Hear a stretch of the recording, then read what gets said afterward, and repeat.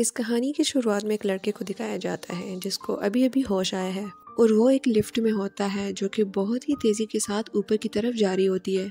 इस लड़के को कुछ पता नहीं होता कि ये लिफ्ट कहाँ जा रही है और वो खुद किस जगह पर है। इतने में ये लिफ्ट रुक जाती है। ऊपर इसी की उम्र के कुछ लड़के लिफ्ट का दरवाज़ा खोल देते हैं। वो उसको यहाँ से बाहर निकाल देते हैं। इसको कुछ पता नहीं होता कि मैं कहाँ पर आया हूँ, तो तभी वो डर कर भाग जाता है और भागते भागते गिर जाता है। उठकर वो देखता है कि चारों तरफ एक ही बड़ी दीवार है। वो देखता है कि ये दीवार काफ़ी लंबी है, इसके ऊपर चढ़ना बिल्कुल ही नामुमकिन है। इसके बाद इसको एक लकड़ी के सिल में डाला जाता है और उसके पास एक लड़का आता है जो कहता है कि मेरा नाम एल्बी है, लेकिन तुम भागने की कोशिश बिल्कुल मत करना। और वह इससे इसके नाम के बारे में भी पूछता है, लेकिन इसको अपने बारे में कुछ भी पता नहीं होता। एल्बी उसे कहता है कि फिक्र ना करो, 2 दिन में सब कुछ ठीक हो जाएगा। यहाँ पर जो भी आता है उसके साथ भी यही होता है। वो एल्बी से पूछता है कि ये कौन सी जगह है। तभी एल्बी उसको अपने साथ बाहर लेकर जाता है। वो कहता है कि हम यहाँ पर अनाज उगाते हैं, यहीं पर सोते हैं, यहीं पर रहते हैं, लेकिन जो हमारी ज़रूरत की चीज़ें होती हैं वो लोग उसको इस लिफ्ट में बेचते हैं, उसी लिफ्ट में जिसमें तुमको बेचा था। और वो जब भी किसी सामान को बेचते हैं तो उसमें किसी न किसी इंसान को भी बेच देते हैं, और इस बार तुम्हें बेचा है। फिर उस लड़के को उस ऊंची ऊंची दीवारों के दरमियान एक रास्ता दिखता है और वो उससे पूछता है कि ये रास्ता कहाँ जाता है। एल्बी उसे कहता है कि यहाँ पर 3 बातों का ध्यान रखना। पहला कि यहाँ पर सिर्फ अपने काम से काम रखना, अपना काम वक्त पे करना, और दूसरा किसी को चोट नहीं पहुँचाना, और तीसरी बात कि इस दीवारों के पीछे जाने का कभी मत सोचना। लेकिन वो लड़का जानना चाहता है कि इस दीवारों के पीछे क्या है। जब वो जा रहा होता है तो पीछे से एक छोटा सा लड़का जाता है, उसे रोकता है और वो उसे कहता है कि तुम वहाँ पर नहीं जा सकते, बल्कि हम में से कोई भी वहाँ पर नहीं जा सकता। और तभी उस रास्ते से 2 लड़के भागते हुए इधर आते हैं। तो वो छोटा लड़का कहता है कि ये हम में से अलग है, क्योंकि ये रनर्स है और सिर्फ वो ही मेज़ के अंदर जा सकता है। और वो ही नाम सुन के हैरान हो जाता है और ये सब सुनने के बाद वो उसके अंदर जाने की कोशिश करता है। और तभी वहाँ पर एक एल्बी नाम का लड़का आ जाता है और वो उसे अंदर जाने से रोकता है। लेकिन वो अंदर जाना चाहता है। इससे पहले कि वो उस रास्ते के अंदर जाए, वो रास्ता खुद ब खुद ही बंद होता जाता है। दरअसल में वो रास्ता एक बड़ा सा दरवाज़ा होता है। कुछ ही देर में वो दोनों बड़ी दीवारें आपस में जुड़कर दरवाजे की शक्ल में बंद हो जाती है। और रात को ये सारे लोग एंजॉय करते हैं, खाते पीते और डांस करते हैं। तभी उस लड़के के पास, जिसको अभी तक अपना नाम भी याद नहीं है, उसके पास एक दूसरा लड़का जाता है। वो उसे कुछ लड़कों को दिखाता है। वो कहता है कि ये सारे रनर्स हैं, क्योंकि वो हर सुबह इस मेज़ के अंदर जाते हैं और यहाँ से बाहर निकलने का रास्ता ढूंढते हैं। इस तरह वो लोग पिछले 3 सालों से कर रहे हैं, लेकिन अभी तक उन लोगों को कोई भी कामयाबी नहीं मिली। और ये सारे रनर्स बहुत ही ताकतवर है। ये पूरे दिन मेज़ के अंदर जाकर रास्ता ढूंढते हैं, और अगर इन रनर्स में कोई भी शाम होने से पहले नहीं आता तो इसका मतलब है कि वो इसके बाद कभी भी जिंदा नहीं रहेंगे। वो ये सब बोल रहा होता है तो वहाँ पर अजीब सी आवाज़ें स्टार्ट होती है और वो उस लड़के को कहता है कि तुम ये आवाज़ें सुन रहे हो। दरअसल में ये उस मेज़ के अंदर अजीब सी दीवारें हैं जो आपस में बदल रही होती है, और हर रात पूरा मेज़ बदल जाता है। इस तरह हर रात होता है, और ये वही लोग कर रहे हैं जिन लोगों ने हमें यहाँ पर कैद किया हुआ है। और तभी ये दोनों बातों बातों में उस जगह पर जाते हैं जहाँ पर रनर्स होते हैं। वहाँ पर लोगों की कंपटीशन हो रही होते हैं। तभी वहाँ पर एक गेली नाम का लड़का आता है और वो नए लड़के को कहता है कि आ जाओ हम कंपटीशन करते हैं। ये दोनों जब कंपटीशन स्टार्ट करते हैं तो तभी वो लड़का इस दूसरे लड़के को गिरा देता है और वो सर के बल गिर जाता है, और सर पर चोट लगने की वजह से इसको अपना नाम याद आ जाता है। तभी वो कहता है कि मेरा नाम थॉमस है, और ये सब सुनकर वहाँ पर लोग खुश हो जाते हैं। उसको अपना नाम याद आ गया है। अगले दिन थॉमस भी बाकी लोगों के साथ काम कर रहा होता है, और तभी वो कहता है कि क्या आप लोगों में से किसी ने इस दीवारों पर चढ़ने की कोशिश की। साथ में दूसरा लड़का बोलता है कि हाँ, हम सब ने कोशिश की है, और इतनी लंबी सीढ़ियाँ भी नहीं कि हम उसके ऊपर चढ़ जाए। फिर थॉमस कहता है कि जिस लिफ्ट से मैं ऊपर आया हूँ उस पर भी नीचे जाने की आप लोगों ने कभी कोशिश नहीं की। कहता है कि नहीं, हम उस लिफ्ट में चढ़ जाते हैं, लेकिन वो लिफ्ट वापस नीचे नहीं जाती। हमने यहाँ पर सारे रास्ते आजमा लिए हैं, इन बाहर जाने का सिर्फ एक ही रास्ता, एक ही उम्मीद है, और वो है सिर्फ मेज़। अब यहाँ पर थॉमस को खाद लेने के लिए भेजा जाता है कि यहाँ पर वो अपने लिए खाने की सारी चीज़ें उगाते हैं। तो जब थॉमस वहाँ पर जाता है तो वहाँ पर उसको रनर में से एक लड़का मिल जाता है जो कि एक दिन पहले मेज़ से वापस आया हुआ था। वो थॉमस पे हमला करता है। वो थॉमस को मारना चाहता है। थॉमस किसी तरह उस रास्ते से बाहर आ जाता है, लेकिन तब वहाँ पर सारे आ जाते हैं। तब बाकी लड़के उस दूसरे लड़के को पकड़ लेते हैं। एल्बी उन सबको कहता है कि इसकी शर्ट उतारो। जब उसकी शर्ट को उतारा जाता है तो उसके शरीर पर एक डंक का निशान होता है। तब एल्बी इनको कहता है कि इनको कॉटरी में डालो, और तभी हमें यहाँ पर एक बात समझ आ जाती है। मेज़ के अंदर की ऐसी चीज़ है जो कि बहुत ज़्यादा खतरनाक है। बाद में थॉमस और एल्बी एक साथ बैठ जाते हैं। थॉमस से एल्बी पूछता है कि जब उस लड़के ने तुम पर हमला किया तो तुमने उससे पहले कोई बात की थी या उसने तुम्हारे साथ कोई बात की थी। थॉमस कहता है कि उसने मुझे सिर्फ ये कहा है कि मैंने तुम्हें देखा था और ये सब तुम्हारी गलती है। थॉमस कहता है कि ये सब मेरी गलती कैसे हो सकती है। उसे एल्बी कहता है कि ये सब इन्फेक्शन की वजह से हो रहा है। शाम को जब ये दरवाज़ा बंद होता है तो सारे इकट्ठा होकर इधर आ जाते हैं और जिस लड़के को डंक लगा होता है उसको ज़बरदस्ती मेज़ के अंदर भेजा जाता है, क्योंकि अब उसको बचाया नहीं जा सकता। उसकी बीमारी का कोई भी क्योर नहीं है। हालांकि वो सबको बता रहा होता है कि मैं ठीक हो जाऊंगा, लेकिन सबको पता है कि इसका कोई भी इलाज नहीं है हमारे पास। और यहाँ पर इन सबको बहुत दुख होता है क्योंकि इन लोगों ने अपने में से एक और रनर खो दिया। फिर अगले दिन हम देखते हैं कि उस भूल भुलैया मेज़ में एल्बी भी चला जाता है, क्योंकि एल्बी एक रनर नहीं होता। एल्बी यहाँ पर सबसे पहले आया हुआ होता है और उन्होंने ही यहाँ पर ये सारी जगह बनाई हुई होती है। फिर इसमें शाम हो जाती है और एल्बी वापस नहीं आता।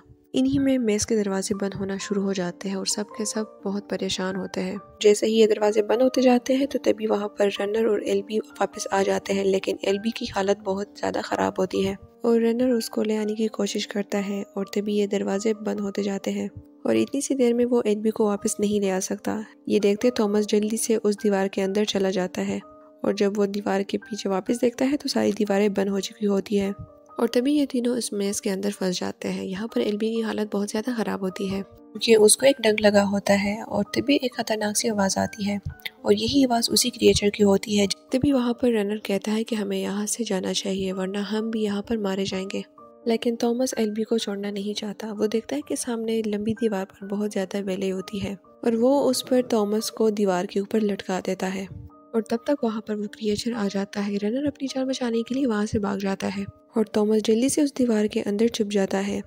ये क्रिएचर बहुत ज़्यादा खतरनाक होते हैं और इनको ग्रीवर्स नाम से जाना जाता है।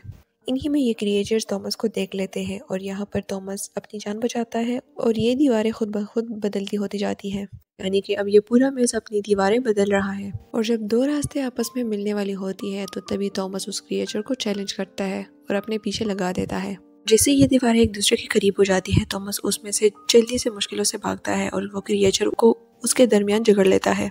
अगली सीन में देखते हैं कि दूसरी सुबह सारे लड़के उस दरवाजे के करीब आ जाते हैं, लेकिन वो ये सोच रहे होते हैं कि वो तीनों अब यहाँ से नहीं निकलने वाले, क्योंकि अभी तक इस मेज़ के अंदर जो कोई भी पूरी रात के लिए रहा है वो दोबारा वापस नहीं आया। लेकिन फिर ये देखते हैं कि वो तीनों वापस आ जाते हैं। यहाँ पर एल्बी की हालत बहुत ज़्यादा ख़राब हो रही होती है। हम देखते हैं कि यहाँ पर थॉमस ने एल्बी की जान बचाई है, लेकिन यहाँ पर एक लड़का गेली नाम का, जो कि इस हरकत से बिल्कुल भी खुश नहीं होता क्योंकि उसने रूल्स को तोड़ा है और बिना परमिशन के कोई भी मेज़ के अंदर नहीं जा सकता और अब इसको इसकी सज़ा मिलनी चाहिए। तभी वहाँ पर एक बेल बजता है और वो बेल इसी चीज़ की होती है जब सालों बाद किसी को भेजा जाता है और वो उस लिफ्ट की आवाज़ होती है। और जब ये सारे भागते हुए उधर आते हैं तो वो एक लड़की को देख लेते हैं और सारे हैरान हो जाते हैं कि पहली बार यहाँ पर एक लड़की को भेजा गया है।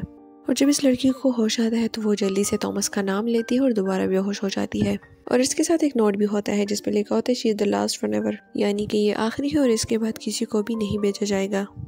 लेकिन थॉमस इस लड़की को नहीं जानता क्योंकि यहाँ पर भेजने से पहले सारे लोगों के जो है ब्रेन वॉश और जो पास्ट उनका गुजरा हुआ होता है उन सबको इन लोगों के माइंड से निकाला जाता है और इन लोगों को अपने बीते हुए कल के बारे में कुछ भी पता नहीं होता। फिर आगे थॉमस दोबारा सोचता है कि मुझे उस मेज़ के अंदर जाना चाहिए क्योंकि वो जानना चाहता है कि वो रात को जिस ग्रीवर को उसने मारा था उसको देखना चाहता है कि वो लोग किसको डील कर रहे हैं। थॉमस और उसके साथ कुछ लड़के आ जाते हैं और वो लोग देखते हैं कि ग्रीवर के अंदर एक डिवाइस लगा होता है जिस पर कुछ नंबर लिखे होते हैं और वो नंबर वही होते हैं जो बॉक्स के ऊपर होते हैं जिन बॉक्स में इन लोगों को भेजा गया था, यानी कि जिन लोगों ने इन लोगों को कैद किया हुआ है उन्होंने इन क्रिएचर्स यानी ग्रीवर्स को भी बनाया है। और ये लोग उस डिवाइस को अपने साथ बाहर लेकर आते हैं और बाहर आने के बाद ये लोग थॉमस को भी रनर बना लेते हैं क्योंकि वो एक पहला आदमी है जिसने एक क्रिएचर को मारा है और एक ही रात में मेज़ से वापस जिंदा निकल आया है।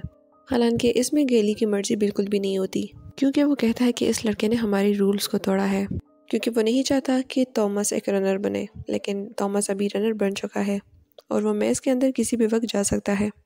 अगली सुबह एक मिन्हू जो कि रनर होता है वो थॉमस को एक रूम के अंदर लेकर जाता है और यहाँ पर बाकी लोगों का आना मना है वो थॉमस को यहाँ पर इस मेज़ का नक्शा दिखाता है। वो बता रहा होता है कि हमने जितना भी इस मेज़ को देखा है, समझा है, हमने उनको यहाँ पर उसको बनाया है।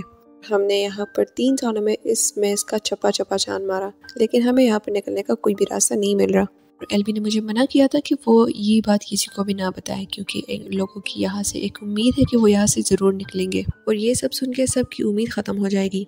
जब मैंने इस डिवाइस के ऊपर नंबर 7 देखा तो मुझे याद आया कि हमने इस मेज़ के अंदर नंबर 1 से लेकर नंबर 8 तक के ब्लॉक्स देखे हुए हैं, और मुझे ऐसा लगता है कि ये सारे क्रिएचर्स अपने अपने ब्लॉक से बाहर आते हैं, और अगर यहाँ पर बाहर आने का रास्ता है तो अंदर जाने का रास्ता भी ज़रूर होगा। कहता है कि हम वहाँ पर ज़रूर जाएंगे। तभी वहाँ पर एक छोटा बच्चा आता है जो कहता है कि उस लड़की को होश आ गया है। थॉमस उस मचान पे जाता है जहाँ पर वो लड़की होती है। दरअसल में वो लड़की किसी को भी अपने पास नहीं आने देती। थॉमस उसको शांत करता है और वो लड़की से अपना नाम पूछता है, लेकिन उस लड़की को भी बाकी लोगों की तरह अपना नाम याद नहीं होता। हालांकि जब ये लड़की आती है तो वो बेहोश होने की हालत में थॉमस का नाम लेती है। फिर थॉमस उसके साथ बैठकर कह रहा होता है कि और रात को मुझे ख्वाब आते हैं, जिन ख्वाबों में तुम्हें देखता हूँ। अब मुझे यकीन हो रहा है कि वो मेरे ख्वाब नहीं, वो मेरी यादें हैं। ये लड़की फिर बाद में थॉमस को कहती है कि मेरा नाम टेरेसा है, और उसके जेब में 2 सिरिंज थी, और वो इंजेक्शन थॉमस को देती है, जिन पर एक इंजेक्शन पे लिखा होता है WCKD, और जो डिवाइस उसको इस क्रिएचर के पेट से मिला था उसके ऊपर भी WCKD लिखा था। लोगों ने इन क्रिएचर्स को बनाया, इन लोगों को यहाँ पर कैद किया, उन्हीं लोगों ने इन इंजेक्शन को इस लड़की के जरिए यहाँ पर भेजा है। फिर ये लोग एल्बी के पास जाते हैं, जिनकी हालत बहुत ज़्यादा ख़राब हो रही होती है।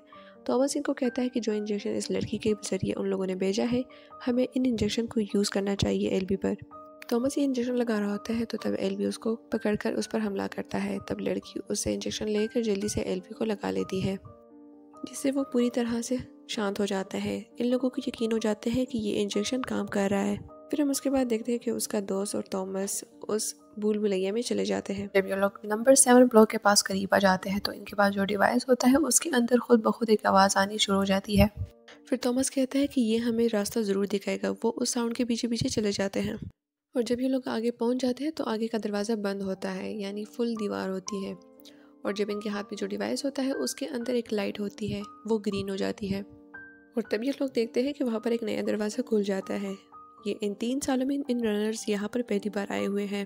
जब ये लोग थोड़ा सा अंदर और जाते हैं तो एक और रास्ता खुल जाता है, और उसके अंदर एक रेड लाइट आती है, वो इन दोनों को स्कैन कर रही होती है। फिर स्कैन करने के बाद उन लोगों को पता चल जाता है कि ये ग्रीवर्स नहीं बल्कि इंसान है, और अब एक एक करके सारे दरवाजे बंद होते जाते हैं। ये दोनों भागने की कोशिश करते हैं, क्योंकि अगर ये लोग यहाँ पर फंस गए तो मर जाएंगे। यहाँ पर सारा मेज़ एक दूसरे में तब्दील होता जाता है। काफ़ी मुश्किल के साथ ये लोग उस मेज़ से बाहर निकल आते हैं, और यहाँ पर वो सबको बता रहे होते हैं कि हमने एक नया रास्ता ढूंढ लिया है, जहाँ पर दिन के वक्त ग्रीवर्स चले जाते हैं, शायद हमें भी वहाँ से एक रास्ता मिल जाए।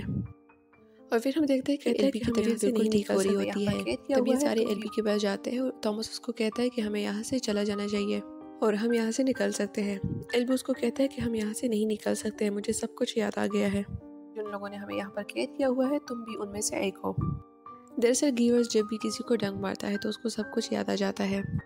जब वो इधर ये बातें बता रहा होता है तो बाहर से एक लड़का आता है और उनको कहता है कि मेज़ के दरवाजे आज बंद नहीं हो रहे और अंधेरा हो चुका है, यानी कि ग्रीवर्स अब अंदर भी आ सकते हैं। ये सब बाहर जाते हैं और तब ग्रीवर्स आकर इन पर हमला करते हैं, और यहाँ पर वो कुछ लोगों को मार देता है और एल्बी को अपने साथ ले जाता है, और एल्बी अब मर चुका है। लेकिन इसी दौरान ये लोग ग्रीवर का एक डंक मार देते हैं, वो एक इंजेक्शन की तरह होता है, और अब थॉमस जानना चाहता है कि उसके पास में क्या हुआ होगा, और वो अपनी यादों को वापस लाना चाहता है, इसलिए वो उस इंजेक्शन से अपने आप को घायल कर देता है। तभी उसको अपना पास्ट याद आ जाता है। सुबह जब ये उठता है तो वो एक केज में होता है, और उसके साथ वो लड़की भी होती है जिसका नाम टेरेसा होता है। दरअसल यहाँ पर एक लड़का है जिसका नाम गेली है, और वो भी थॉमस को बिल्कुल पसंद नहीं करता, और अब उसको यकीन है कि थॉमस भी उन लोगों की टीम का हिस्सा है जिन लोगों ने हमें यहाँ पर कैद किया है, और हम सब की जानों को थॉमस से खतरा है, क्योंकि जब से थॉमस यहाँ पर आया है सारी चीज़ें अजीब हो रही है। थॉमस अपने दोस्तों टेरेसा को बताता है कि ये एक झील नहीं है बल्कि ये एक टेस्ट है, और ये तब से चल रहा है जब से हम बहुत छोटे थे। वो लोग हम पर साइंस एक्सपेरिमेंट कर रहे होते हैं, और फिर आराम आराम से एक एक गायब होता जाता है। दरअसल फिर उन लोगों को यहाँ पर भेजा गया। मैं और टेरेसा भी उन लोगों के साथ काम कर रहे होते थे। फिर मैनो कहता है कि तुम्हें यहाँ पर क्यों भेजा गया। थॉमस कहता है कि मुझे इसके बारे में बिल्कुल भी नहीं पता। टेरेसा को भी ये सुनकर बहुत हैरानी हो रही होती है कि ये सब उसकी गलती है और ये सारे लड़के उसी की वजह से इधर हैं। लेकिन अभी भी कुछ बच्चे और कुछ लड़के मीनू के साथ हैं। वो थॉमस को बता रहे होते कि जो काम तुमने शुरू किया है अब तुम ही इसको ख़त्म करो। अब गेली के बाद यहाँ पर दूसरे नंबर पे लीडर है एल्बी, जो कि थॉमस को बिल्कुल पसंद नहीं करता।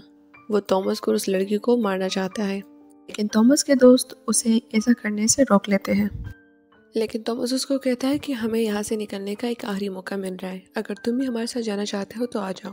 तो एल्बी और उसके कुछ दोस्त उसके साथ नहीं जाना चाहते और अब थॉमस, टेरेसा और मिनहू और उनके साथ बहुत सारे दोस्त भी अब मेस के अंदर जा चुके हैं। अब ये सारे उन्हीं नंबर 7 ब्लॉक से बाहर निकलना चाहते हैं और जब ये वहाँ पर पहुँचते हैं तो वहाँ दिन में ही ग्रीवर्स को भेजा जाता है इन सबको मारने के लिए। तब ये सारे उन ग्रीवर्स के साथ लड़कर बहुत ही मुश्किलों के साथ वो दरवाज़ा पार कर लेते हैं। ये सब एक अंधेरे कमरे में आ जाते हैं। जब वो इस अंधेरे कमरे से बाहर निकलते हैं तो तभी सारे लाइट्स खुद ब खुद ऑन हो जाते हैं और वहीं पर करीब एक दरवाजे के ऊपर लिखा होता है एग्जिट। ये देखकर वो सब खुश हो जाते हैं। जब ये लोग उस दरवाजे को भी पार कर लेते हैं तो देखते हैं कि चारों तरफ लाशें पड़ी हुई है और ये लोग चलते हुए साइंस के एक बड़े से लैब में पहुंच जाते हैं जहाँ पर बड़ी बड़ी मशीन होती है। वहाँ पर एक मशीन के ऊपर फिंगरप्रिंट का निशान होता है। जब थॉमस उसको टच करता है तो वहाँ पर एक स्क्रीन ऑन हो जाता है। तो उस पर एक लेडी बोल रही होती है कि अगर तुम लोग मेरी ये वीडियो देख रहे हो तो आप लोगों ने ट्रायल 1 यानी मेस का मिशन कंप्लीट कर लिया है और हमने जो कुछ भी आप लोग के साथ किया इस पर आप लोग बहुत गुस्सा होंगे, लेकिन इसमें हमारा बहुत बड़ा फ़ायदा है। शायद आप लोग को याद नहीं होगा, लेकिन सूरज की गर्मी ने हमारी दुनिया को पूरी तरह ख़त्म किया है। लाखों लोगों की इस वजह से जानें चली गई, लेकिन ये सिलसिला यहाँ पर ख़त्म नहीं हुआ और इसके बाद इस दुनिया में एक ख़तरनाक बीमारी आई जिसने लोगों के दिमाग पर अटैक किया। इससे लोग वायलेंट हो गए, आउट ऑफ कंट्रोल हो गए। इसका कहीं कोई क्योर नहीं था और तब हमें अंधेरे में एक उजाले की रोशनी दिखाई दी। हमने ये सब रोकने की काफ़ी कोशिश की, लेकिन इनको रोकना इतना आसान नहीं है और हमारी न्यू जनरेशन को कई परीक्षाओं से गुजरना होगा और उनको इसी तरह मुश्किल हालात से गुजरना होगा ताकि हम उनके माइंड को रीड कर सके। और यहाँ पर इन लोगों को पता चल जाता है कि ये एक हमारा माइंड टेस्ट था, जिनसे हमारे माइंड का पता चल जाता है कि उस वायरस का क्योर हमारे माइंड में है कि नहीं। और डॉक्टर उनको ये भी कहते हैं कि आपके माइंड में हमारे लिए काफ़ी सारे सवाल होंगे, लेकिन जल्द ही आप लोग को इनके जवाब मिल जाएंगे। इनके लिए हमें बहुत टाइम चाहिए, लेकिन हमारे पास इतना वक्त नहीं है और बाहर की दुनिया आप लोग का इंतज़ार कर रही है। और वहाँ पर हम देखते हैं कि डॉक्टर के पीछे कुछ लोग आ जाते हैं। वहाँ पर जितने भी डॉक्टर्स काम कर रहे होते हैं वो उन सबको मार रहे होते हैं और वो डॉक्टर जो इन सबको ये बातें बता रही होती है, जिनका नाम एवा होता है, वो खुद की जान खुद ले लेती है। ये सब हैरान हो जाते हैं और जब ये लोग पीछे देखते हैं तो उसी जगह पर उसी डॉक्टर एवा की लाश पड़ी होती है, यानी कि इस घटना को ज़्यादा वक्त नहीं हुआ और ये वही लैब था जहाँ से इन सब लोगों को देखा जा सकता था। और जब ये लोग आगे बढ़ते हैं तो इसके पीछे गेली आ जाता है, जो कि मेस के अंदर नहीं आया था और उसके हाथ में गन होती है। वो थॉमस को मारना चाहता है, वो आउट ऑफ कंट्रोल हो गया होता है और अब ग्रीवर ने उसको डंक मारा है और उसी डंक की वजह से उसकी यादें वापस आ गई है और उसको अब पता था कि थॉमस भी अब उसी टीम का हिस्सा था, जिस टीम ने, जिस ऑर्गेनाइजेशन ने इन सबको यहाँ पर कैद किया था। थॉमस ने अपने ऊपर डंक इसलिए मारा था क्योंकि उसके पास 2 सिरिंज में से एक सिरिंज बच गई थी और अब एल्बी को भी डंक लग चुका था, लेकिन उसके लिए इनके पास कोई भी क्योर नहीं था। और जब गेली थॉमस को गोली मारता है तो तब मिनहू उनको अपनी हथियार से मार देता है और वो गोली एक छोटे से बच्चे को लग जाती है और उस बच्चे का नाम होता है चक। उसको अब गोली लग चुकी होती है और वो उधर ही मर जाता है। तभी वहाँ पर कुछ लोग निकाब पहन के आ जाते हैं, उनके हाथों में गन्स होती है। वो इन सबको पकड़कर हेलीकॉप्टर में कहीं और लेकर जाते हैं। फिर दूसरे सीन में एवा को दिखाया जाता है, जिन्होंने अपने आप को गोली मारी थी और उसके सामने काफ़ी लोग बैठे हुए होते हैं। वो उन सबको कह रही होती है, हमारा पहला मेस ट्रायल सक्सेसफुल हो गया है। वो कहती है कि मुझे उम्मीद नहीं था कि इतने सारे लोग बचेंगे, लेकिन जितने भी ज़्यादा लोग बचे हमारे लिए उतना ही फ़ायदा है। और अब ये सारे नेक्स्ट मिशन के लिए तैयार है और अब इन सबको फेज़ 2 में जाना चाहिए। और इसी के साथ ये मूवी यहाँ पर एंड हो जाती है। एंड में आप लोगों को पूरा मैच दिखाया जाता है जहाँ पर ये सारे लोग कैद किए गए थे। ये मूवी देखने के बाद आपके माइंड में काफ़ी सारे सवालात होंगे और अगर आप लोग इस मूवी का दूसरा पार्ट देखना चाहते हैं तो हमारे चैनल पर विजिट ज़रूर करें एंड हमारे चैनल को ज़रूर सब्सक्राइब करें। और इसी तरह बेस्ट वीडियोस, बेस्ट स्टोरीज देखने के लिए चैनल को ज़रूर सब्सक्राइब करें एंड थैंक्स फॉर वॉचिंग।